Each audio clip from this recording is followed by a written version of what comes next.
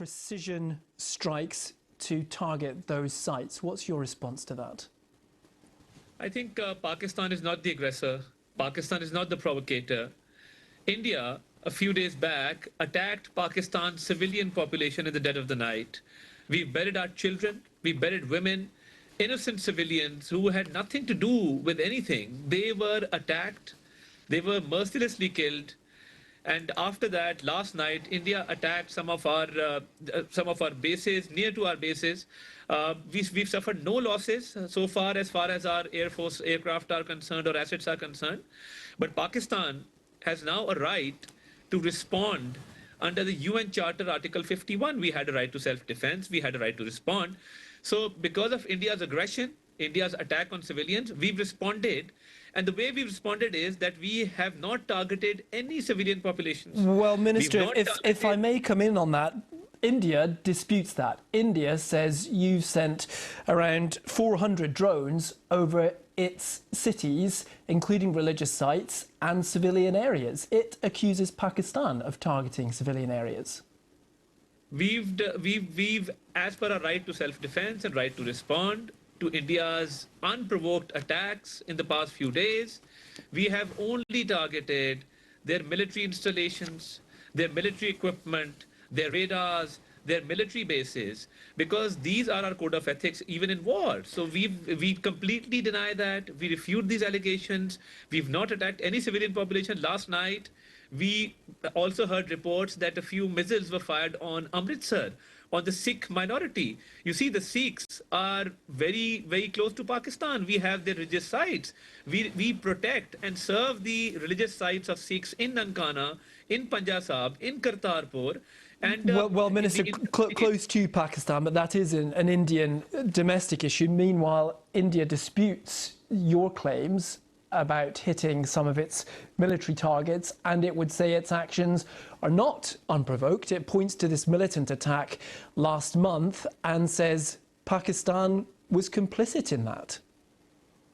You see, the Pahalgam incident on 22nd of April, first of all, the Pahalgam area is 200 kilometers away from Pakistan's line of control.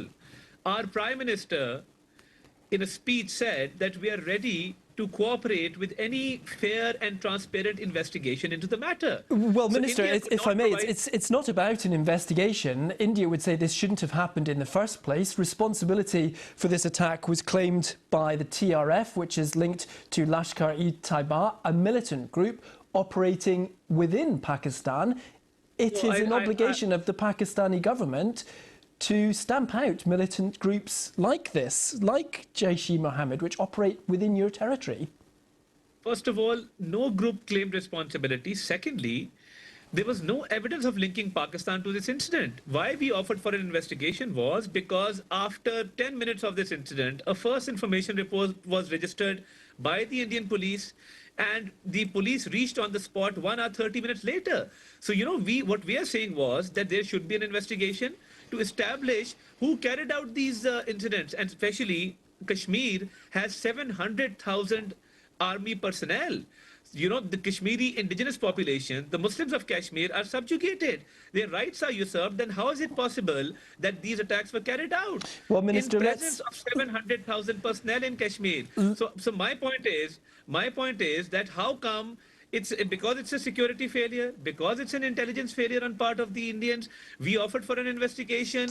They could not provide any evidence, and then they attacked Pakistan on this pretext. We are the frontline state against terrorism. Well, Minister, let's move forward then. You're saying you wish to help with an investigation. All we've seen so far, but there was no response, and we were attacked, so we responded according to our right to self-defense. All we've seen so far are escalations on both sides, arguably. How is Pakistan going to help de-escalate this situation? You see, in this situation, where Pakistan exercised a lot of restraint, we showed a lot of restraint for complete 4 days, and India continued to attack our civilian populations, continued with unprovoked attacks. And, you know, we have just exercised the right to self-defense, and India will have to take a step back because India is the aggressor. India doesn't provide evidence to the Pahalgam incident. India attacks Pakistan civilian populations, killing women and children. Then India attacks our civilian populations and some of our places near our bases again last night. So, we responded. Now it's up to India to take a step back and de-escalate the situation because they are the aggressors, they are the initiators, and Pakistan did not aggravate the situation. We just responded as per our right to self-defense. But, Minister, moving on, there have been calls, as I say, from China, the US Secretary of State, the G7 group of industrialized nations, for both sides to lower the tensions here. Are you talking to Indian officials? Has your government spoken to the Indian government? Not to my knowledge. I think we've been engaged on diplomatic channels with different countries. As you know, US Secretary of State Marco Rubio spoke to our Deputy Prime Minister, spoke to the Chief of Army Staff, and we've been engaged with different countries. We've been engaged with China. We had the Saudi Minister of State for Foreign Affairs in Pakistan yesterday. As per my latest knowledge, there's been no direct contact. If there's any update on that matter, I think the military spokesperson will be able to update on that in the next few hours, hopefully. India says Pakistan is moving troops near to the border and says that is an indication of an offensive intent. Can you confirm that, Minister? You see, we've been on alert, and our troops along the line of control are there for self-defense, and they've been there for the past many days because we were facing an attack from India. And we only responded as per our right to self-defense, and India's attacks were responded to through these troops which have been deployed, and they've been deployed there for quite some days now. OK. Minister Attaullah Tarar, Pakistan's Minister of Information. Mr. Tarar, thank you very much for joining us.